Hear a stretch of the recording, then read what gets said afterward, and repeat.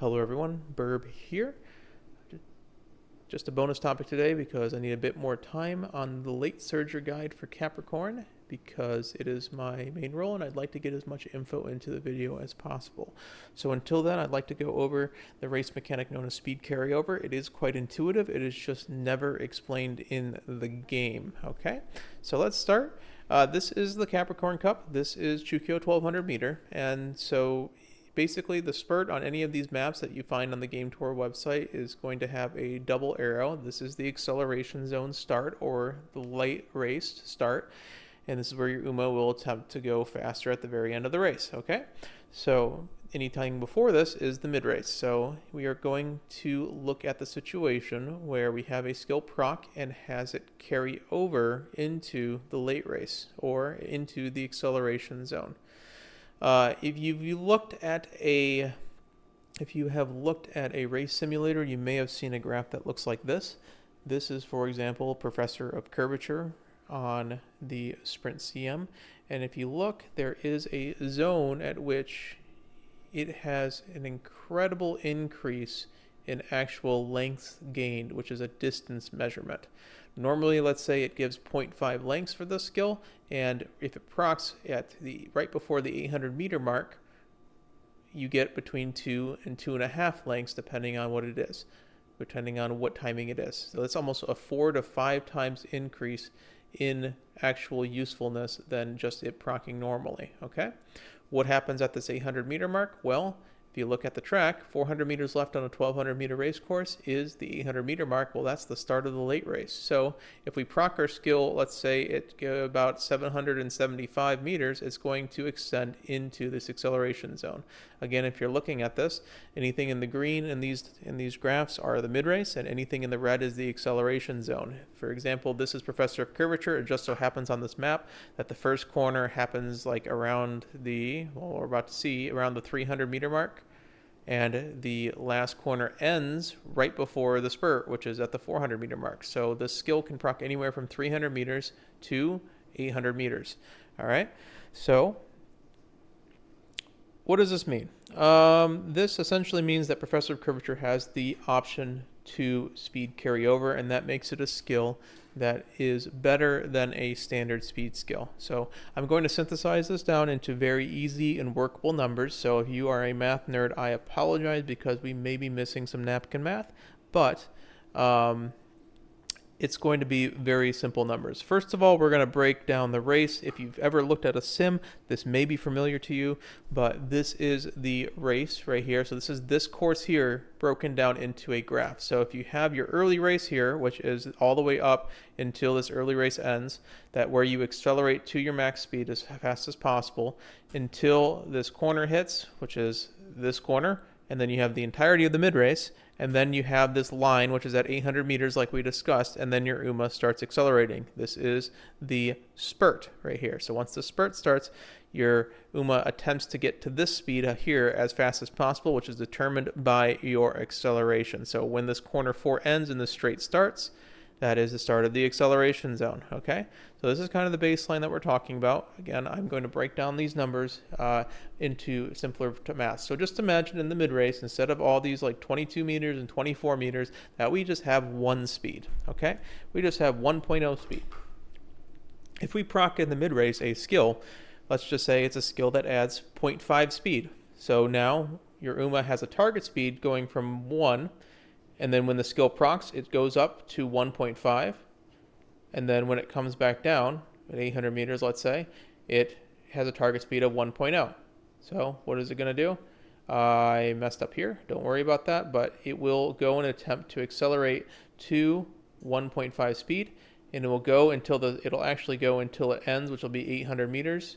And then it'll actually come down after the skill ends. So it's going to attempt to normalize to the target speed as fast as possible. The rise of it is based on the acceleration, which is based off your power and your skills, right? That's why acceleration skills are good in the Excel zone, because you are attempting to reach a higher target speed. Okay, so like I said, in the race, what's actually happening is, even though your Uma is accelerating to here, as soon as that late race hits, it chooses, because of a stamina calculation at that point in the race. So if you have enough stamina, it is going to choose the target speed that is the fastest that it can go based off your speed and guts. Okay? So it'll immediately attempt to get to the speed, and it uses its acceleration to get there as fast as possible. Okay?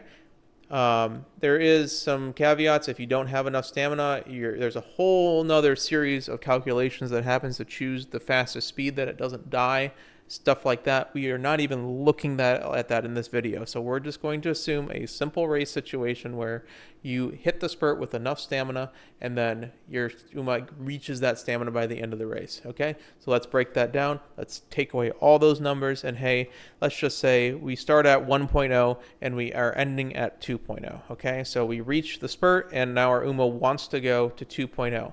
All right, so what happens? Well, it goes to a ramp right here, essentially. So if a speed procs just in the mid-race, like I said, you're going to ramp before and after, and then go from there, right? So it's just nothing really bonus. You ramp up and then you ramp down. If you are in the normal race with no skills procced, you're going to have an acceleration. We're just going to call this as the acceleration. The rate of speed increase, or the acceleration, is just what this is. We don't really have to worry about it. If our skill procs here, well, we have a part of it that is actually adding to the target speed in the carryover zone. Now you would think that would be bad, right? Because hey, this target speed, we're not going to reach it anywhere. But what happens is, well, you accelerate to that point, and then it continues accelerating from that point. Why does that happen? Well, what happens is your target speed increases from 1 to 2 normally. Instead, it's increasing from, let's say, 1.2 to 2.2. 2.2 is above your current speed of 1.2, so the game will just say, hey, we need to accelerate as fast as possible. Let's keep going. So it's going to keep going that even when the skill ends, and it's going to keep going and keep accelerating until you reach the final target speed of the race, which in this case is 2. Okay, let's visualize this in a different way. So imagine you have two cars. Everything's the same. The only difference is the green car gets to have a little bit of a rolling start, which starts at 1 meter per second. They're both going to accelerate at 1 meter per second. So accelerate means their velocity is going to increase every single second by 1 meter per second. However, just the red car is going to start at 0. The green car is going to start at 1. After 1 second, well, for your math nerds out there, we're going to use a granulation of 1 second, so I'm not going to worry about the whole limit as x approaches the smallest number possible, because you have to use limits to get the actual value, which is like close to e. We don't care about that. Let's keep it simple. Granulation of 1 second apiece. So just after 1 second, you're going 1 meter per second, so you go 1 meter, and the red car goes 0 meters. Cool. The next second, well, you're going 2 meters per second because you've accelerated by 1 second, and the red car's accelerated by 1 meter per second, so they both will go their respective speeds. So 1 plus 2 is 3, and then 0 plus 1 is 1. So now you have a gap of 2 meters. All right, let's keep going. 3 plus 3 is 6. 2 plus 1 is 3. So you've gone 6 and 3. Now the green car is ahead by 3 meters. Let's keep going. And we got 10 and 6 because we've gone from 4 plus 6 is 10 and 3 plus 3 is 6.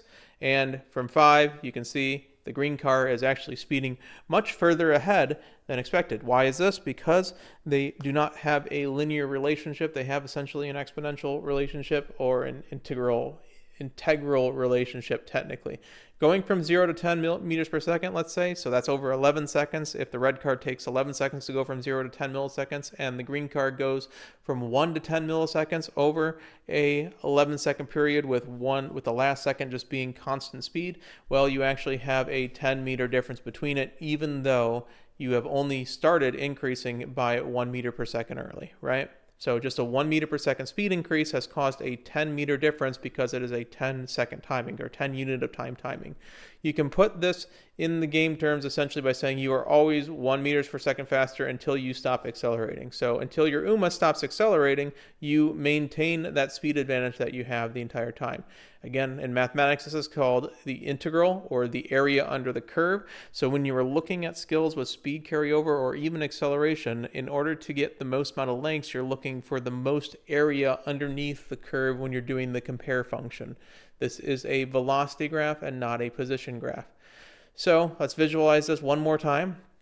So normally this would be what a skill duration would be. The skill ends. However, this is moved until the end of the acceleration period. So it's as if you had a professor of curvature that started at 700 meters in this case, and instead of extending to 900 meters, let's say, is extended all the way until 1100 meters, which really would be about 1,000 meters because you get there faster, right? So instead of 1,100 meters, it's really 1,000 meters, and then the rest is just kind of bonus speed, right? So you gain all this extra value that you can calculate through a bunch of mathematical stuff, but it's essentially turning your 1.6 second speed skill, 1.8 second or 3.3 second speed skill into a 10 plus second speed skill, because that's how long the spurt is until you get all the way to max acceleration. If your skill procs at all late, so if your skill has the ability to proc in the acceleration zone at all, what happens is, well, the game says, hey, we're accelerating, let's increase the target speed. We're going from 2 to 2.5. Wait a second, we're still not even up there, so we're still going to try to accelerate as fast as possible. And it's not going to affect anything, because the difference between 2 and 2.5 when you're going 1.5 is, hey, we need to get faster. The game doesn't care. You are still just trying to go as fast as possible and trying to accelerate as fast as possible. This is why skills such as a homestretch haste that can proc early in this CM, it can sometimes have 0 to very little effect, because if your acceleration isn't there and you're not reaching your max speed before the skill is procced, well, the portion that is still in the acceleration zone will not have any effect whatsoever. So the question is, why were paces generally considered better than fronts in Capricorn in the Japan, and why are gamblers in general were considered it in the sprint, is because, yes, they have head on and give mummy a hug, very good acceleration skills, but because of the prevalence of Speed Star on a card that has an incredibly high wit output and an incredibly high wit output that really doesn't hamper your deck at all to find it. Fine Motion is the best stat stick for wit in the game, followed closely by Nice Nature, but it does have that little golden zone that has a 4 times effectiveness. That is what's known as a speed carryover zone. It's skills like this that is what causes pace chasers to have the actual edge over front runners.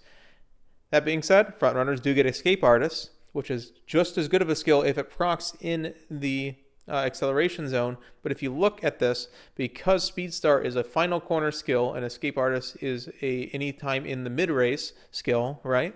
So anytime in the mid race, Escape Artist can proc. You essentially have a situation where you have a almost 2 times occurrence bonus in that zone over Escape Artist.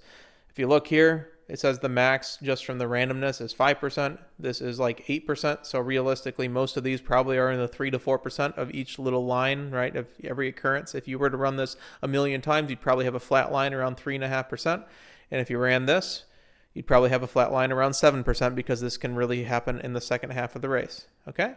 So Escape Artist is still good for front runners. Front runners are not dead, but pace chasers and gamblers in general were generally considered better in Japan because of this one mechanic. Now, yes, there's the acceleration skills. Those are just as important, but I encourage you to do your own math on how good of an acceleration skill is versus a speed carryover proc.